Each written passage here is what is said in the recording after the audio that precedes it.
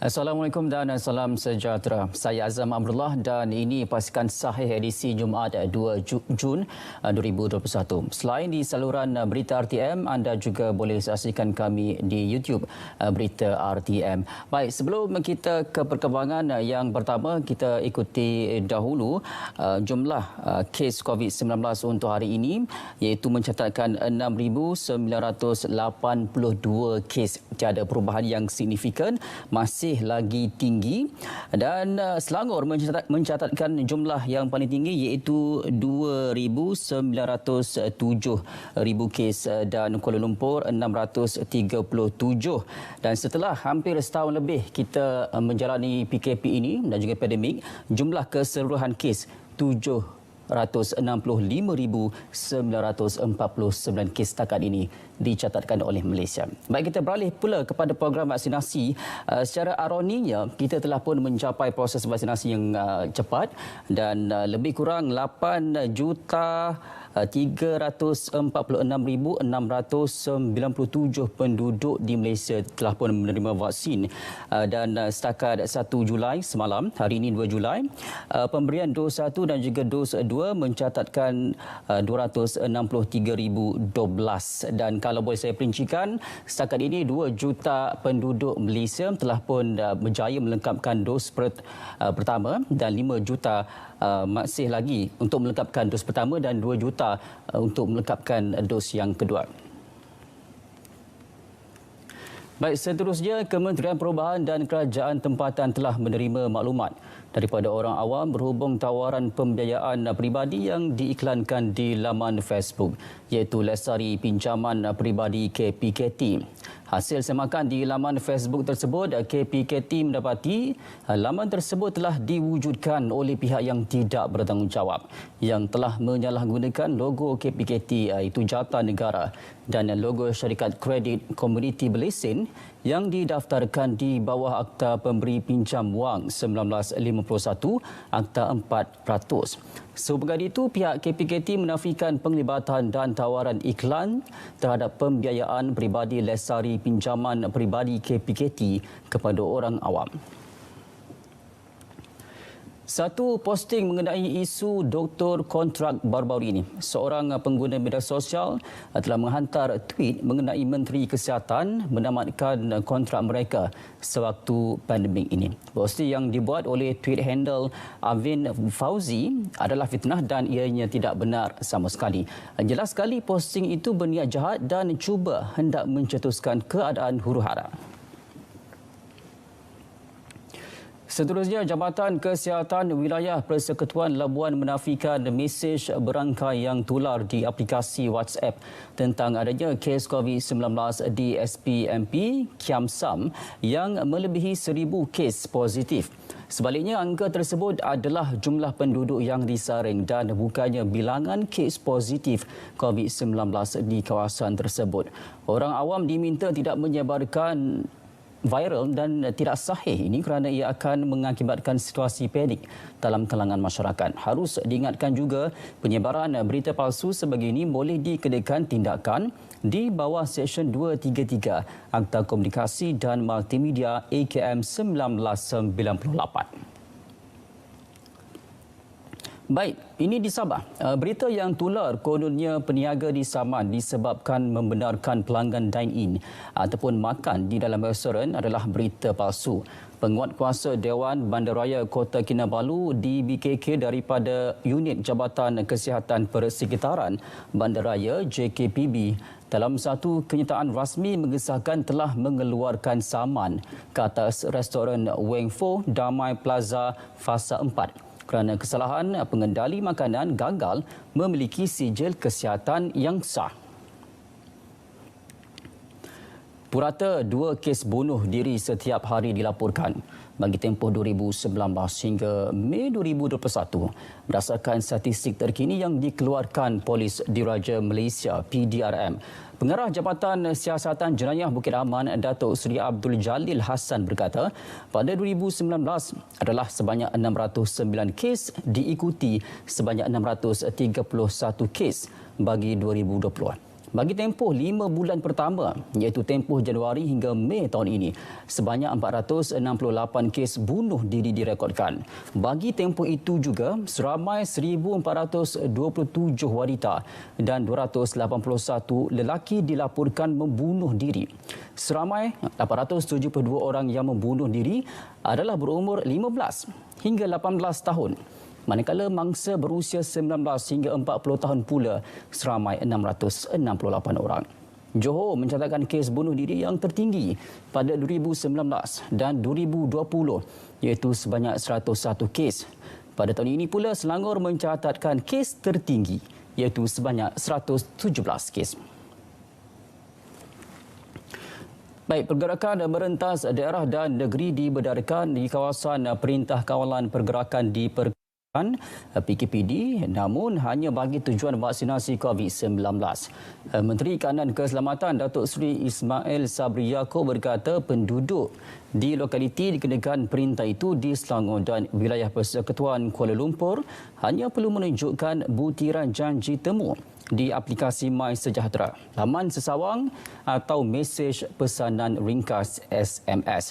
Pergerakan ini hanya bagi tujuan vaksinasi COVID-19 di pusat pemberian vaksin PPV di luar daerah atau negeri tempat tinggal. Jawatankuasa Penyelaras Program Vaksinasi Kebangsaan juga memberi jaminan bahawa program pemberian vaksin akan dipertingkat dan dipergiatkan di kawasan-kawasan yang terbabit. Jarak masa dos kedua kira-kira 1 juta penerima vaksin AstraZeneca di negara ini akan dipendekkan daripada 12 minggu ke 9 minggu saja. Menteri Penyelaras Program Imunisasi COVID-19 Kebangsaan Khairi Jamaluddin berkata, ketika ini penerima vaksin berkenaan pada Mei lalu akan mulai mendapat notifikasi untuk dos kedua dalam masa terdekat. Beliau berkata keputusan itu dibuat dalam mesyuarat Jawatankuasa Khas Jaminan Akses Vaksin JKJAV minggu lalu dan berikutan ketibaan 1 juta dos vaksin itu yang disumbangkan Kerajaan Jepun. Titisan halus atau aerosol yang mengandungi virus COVID-19 boleh berlegar di ruang udara sehingga 16 jam. Sekiranya individu yang dijangkiti COVID-19 memasuki ruang tertutup dan peredaran udara kurang baik, boleh meninggalkan virus COVID-19 yang berlegar dan kekal lama di ruangan tersebut. Anda boleh dijangkiti jika berada di ruangan tersebut. Jadi bagaimana buka tingkap rumah jika menerima pengunjung untuk peredaran udara yang baik? Sekiranya anda memandu bersama orang lain, sentiasalah pakai pelitup muka dan buka tingkap kereta walaupun sedikit. Itu pengembangan untuk blok pertama. Kita nak berehat seketika dalam sudut pandang selepas ini.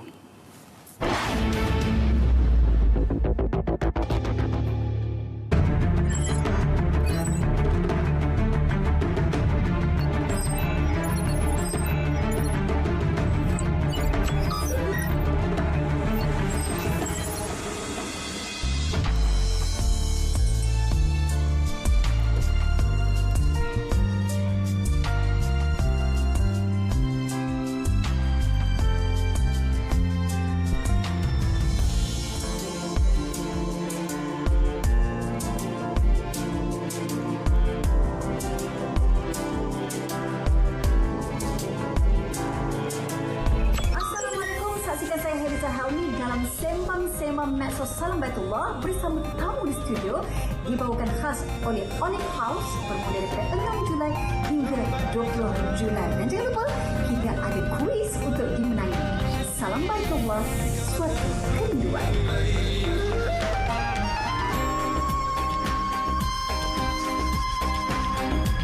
Dengan sistem aplikasi MES 999, bantuan kecemasan kini lebih mudah.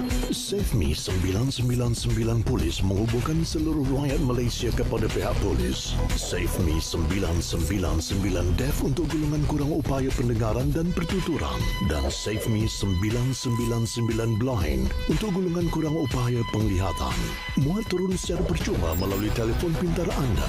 MES dan aplikasi 999 memudahkan panggilan kecemasan.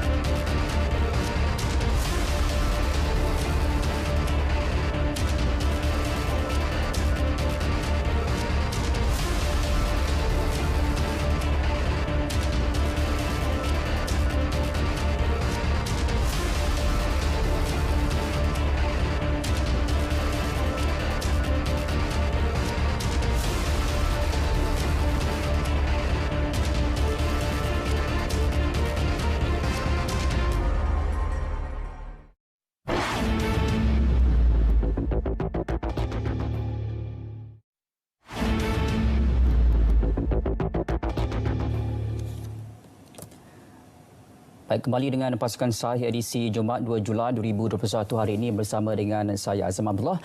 Kita berada dalam segmen sudut pandang hari ini nak menyentuh mengenai pemulih bantuan kewangan dan juga moratorium untuk peniaga kecil. Jadi untuk sama-sama kita bercakap bersembang mengenai topik ini, saya perkenalkan tetamu kita di talian iaitu Muhammad Zamri Muhammad, Setiausaha Agung Gabungan Persatuan Penjaja dan juga Peniaga Kecil Melayu. Assalamualaikum Encik Zamri.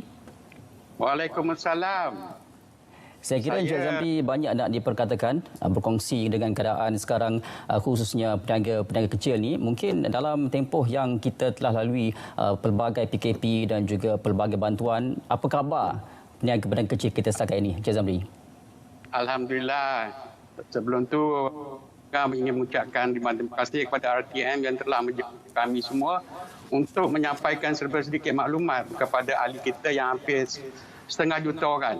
Dan begitu juga salam daripada Tuan Presiden Datuk Ramli, terutamanya kepada Amat Berhormat Perdana Menteri kita supaya selamat berehat dan sembuh cepat daripada masalah yang dihadapi.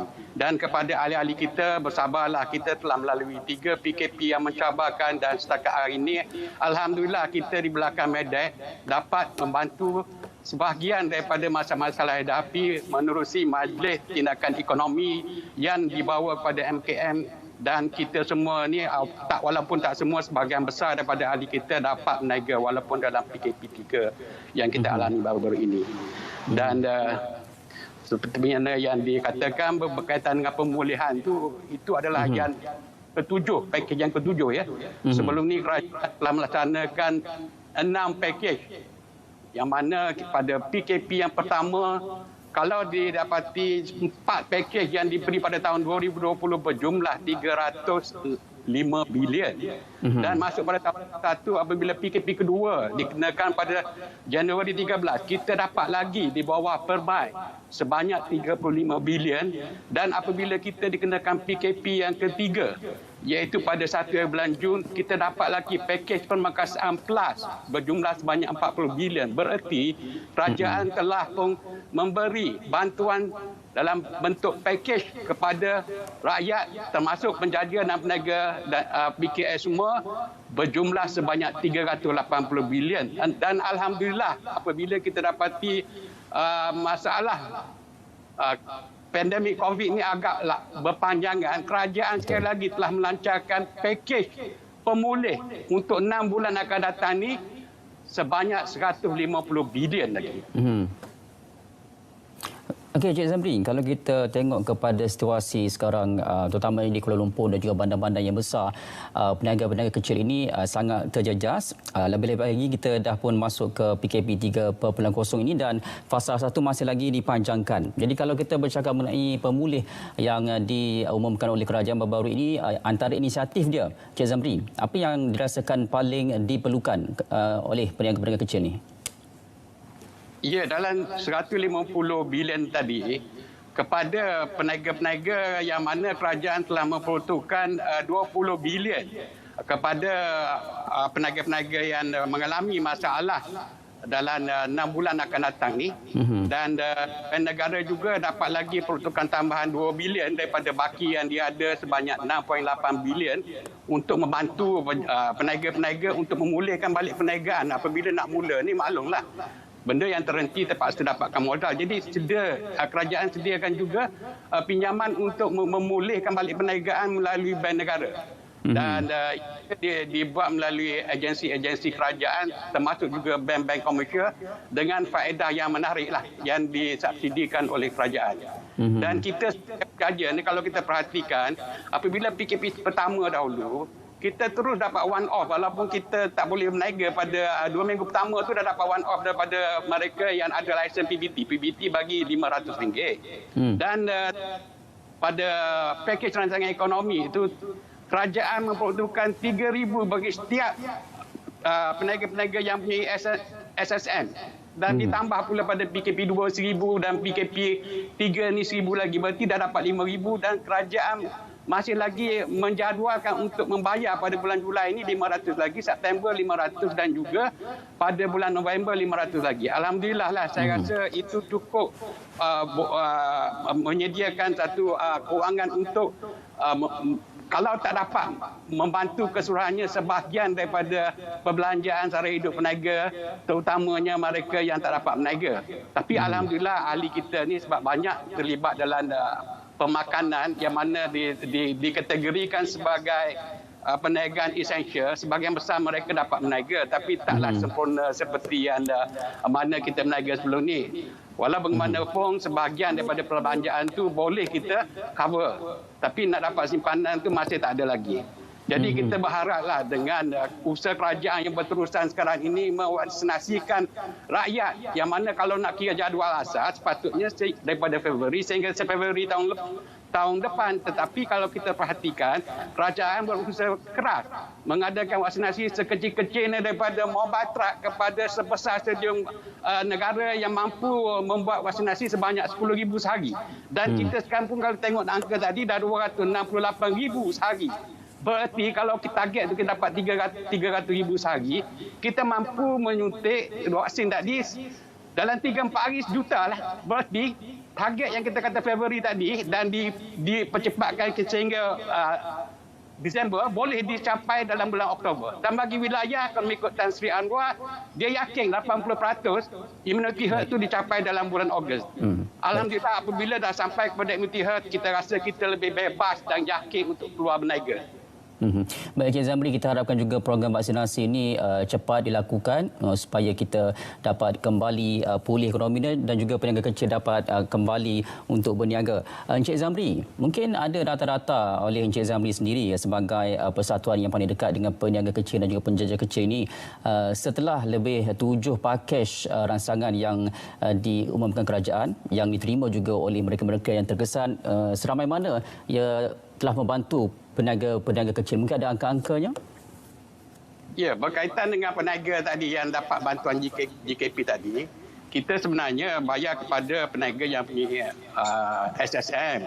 Walaupun kerajaan masih lagi membuka peluang tu kepada yang tak ada SSM. Maknanya pertengahan bulan Julai ni mereka masih boleh memohon. Dan begitu juga kalau kita tengokkan kepada peniaga-peniaga yang mana tidak termasuk dalam kategori esensial, contohnya yang lebih kepada pelancongan, gym dan sebagainya yang langsung tak boleh berniaga tu, kerajaan bagi terus 5,000 untuk mereka.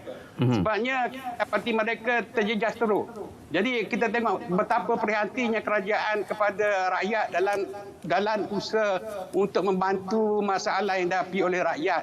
Tapi malangnya saya dapati banyak posting-posting yang berunsur politik yang cuba melindungi kebaikan 90% yang diusahakan oleh kerajaan. Membangkitkan 10% kelemahan yang ada pada kerajaan. Itu satu perkara yang tidak bertanggungjawab, saya rasa.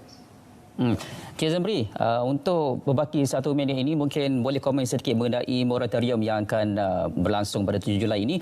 Bagaimana ia dapat membantu peniaga-peniaga kecil ini untuk survive dalam keadaan sekarang ini, dalam tempoh kita nak menghabiskan PKP ini? Sebenarnya kerajaan tak bertindak bersendirian. Apa saja keputusan yang dibuat, sekecil-kecil persatuan penjaja peniaga kecil pun diambil kira, dibuat pembincangan. Kita melalui MKM. Jadi nak pergi tak boleh, kita melalui Majlis Tindakan Ekonomi, kita dipanggil bermesyuarat dan sebagainya. Begitu juga dengan masalah keuangan yang dihadapi.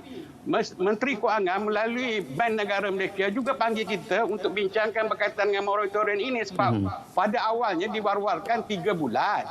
3 bulan dengan syarat kena buktikan bahawa kita betul-betul terjejas kurang-kurangnya 30%, tapi kita minta supaya benda ni dibagi setahun dan tanpa apa-apa syarat. Tak payah bersasarlah sebab kita tahu semua orang susah sekarang. Tapi alhamdulillah lah, walaupun tak dapat setahun, 6 bulan tu saya rasa dah cukup untuk memberi satu kemudahan kepada penjaja dan peniaga kecil. Tapi saya tak tahulah, malangnya sebelum lagi Menteri Keuangan bagi statement, dah ada orang pergi ke bank di mana Sungai Petani. Dia kata dia baru balik pada bank, belum balik masuk rumah lagi, buka kereta, beritahu masalah. Bank kata moratorium 6 bulan, nak bayar 24 bulan. Kau dapat maklumat daripada mana? Masalah ni yang memburukkan keadaan apa yang dibawa oleh kerajaan ni. Biarlah sahih dulu. Kan topik kita ni biar sahih. Jangan duk viralkan benda-benda yang tak menentu macam ni. Ni yang saya rasa tu tak betul lah rakyat. Dikelirukan benda-benda seperti ini. Betul. Kalau boleh kita nak elakkan kekeliruan. Dan saya rasa banyak sebenarnya nak dikongsikan oleh Encik Zamri, tapi itu sahaja masa yang kita ada untuk sudut pandang pada hari ini. Terima kasih kepada Encik Muhammad Zamri Muhammad, iaitu Setiausaha Agong Gabungan Persatuan Penjaja dan juga Peniaga Kecil Melayu. Kita nak berehat seketika, kembali selepas ini.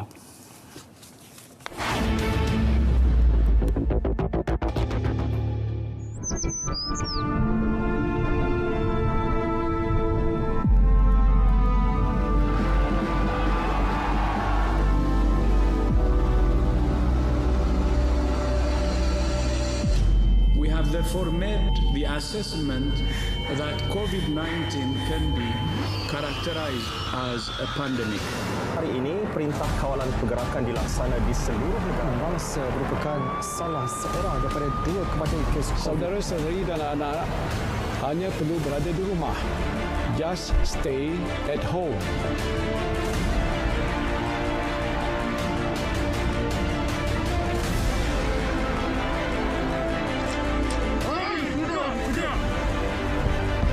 Kami sudah bersedia. Kami sudah sedia. Kami sudah bersedia. Kami sudah sedia. Kami sudah bersedia. Kami sudah sedia. Kami sudah bersedia. Kami sudah bersedia. Kami juga Sudah bersedia. Ambo sedia ke? Saya sudah bersedia. Saya sudah bersedia. saya sudah bersedia. Saya pun sudah bersedia. Kami sudah bersedia. Dan kami semua juga sudah bersedia Untuk menerima vaksin COVID-19.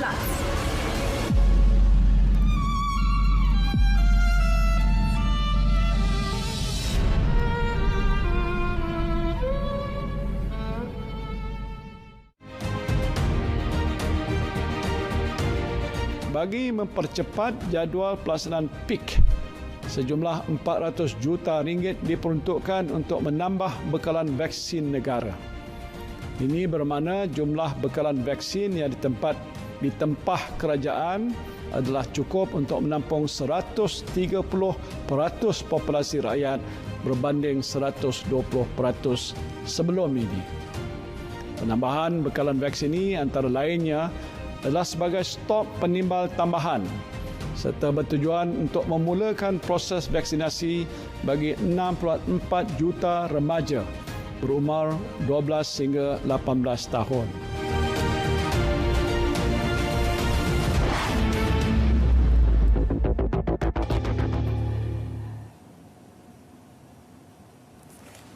Kita kembali dengan pasukan saya untuk di blok yang terakhir ini. Saya nak kongsikan kepada anda beberapa aktiviti dan juga rancangan-rancangan menarik di saluran berita TM. Baik, kita mulakan dengan bicara pengguna. Malam ini akan membincangkan mengenai KPDNHEP dan Pelan Pemulihan Negara bersama dengan Dr. Alauddin Sidal dan juga Tuan Azman Adam, itu pengarah bahagian penguatkuasa KPDNHEP.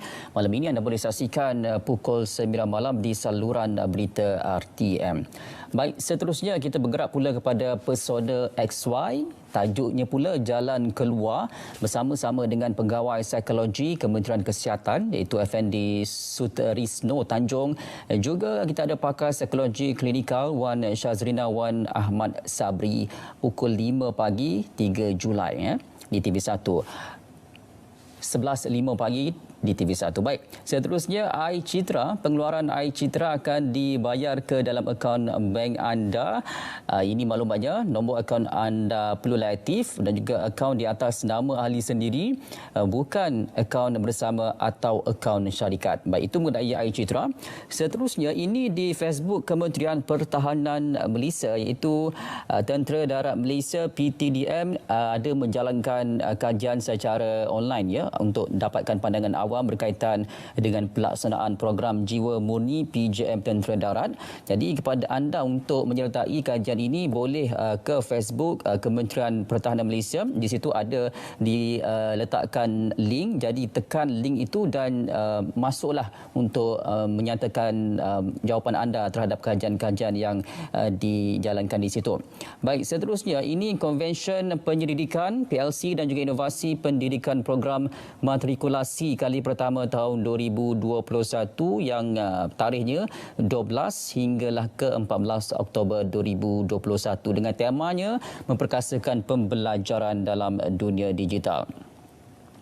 Baik, seterusnya menerusi Facebook Malaysia Government Call Center. Jadi kepada anda yang mungkin ada kekangan, tak ada kenderaan dan juga duit nak ke PPV untuk mengambil vaksin, jangan risau, kita ada inisiatifnya iaitu janji temu menerusi kempen Impak Tolong Hantar Vaksin merupakan inisiatif Impak Malaysia yang mana membantu rakyat yang memerlukan bantuan pengangkutan untuk menjalani vaksinasi. Jadi dikhususkan kepada golongan B40, orang asli, warga emas dan juga OKU.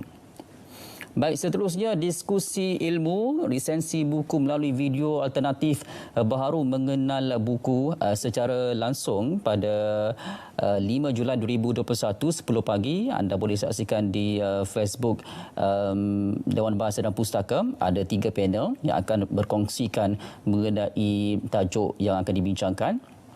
Baik, seterusnya pertandingan seni hias ruang bacaan pejabat peringkat wilayah Persekutuan Putrajaya ini terbuka kepada semua pejabat kerajaan dan juga swasta di wilayah Persekutuan Putrajaya. Ada hadiah rupanya. Ada pertama RM1,500 dan juga sijil, kedua RM1,000 dan sijil, ketiga RM500 dan juga sijil. 3 sagu hati pun dapat hadiah. RM300 dan juga sijil. Baik, itu dia daripada Dewan Bahasa dan Pustaka, dan ini untuk kekal produktif bekerja di rumah. Ada beberapa tips yang dikongsikan. Mood kerja, kena jaga mood kerja anda dan ruang kerja yang bagus dan juga bersih, dan kalau penat boleh senaman dan pastikan anda mendapat rehat yang secukupnya.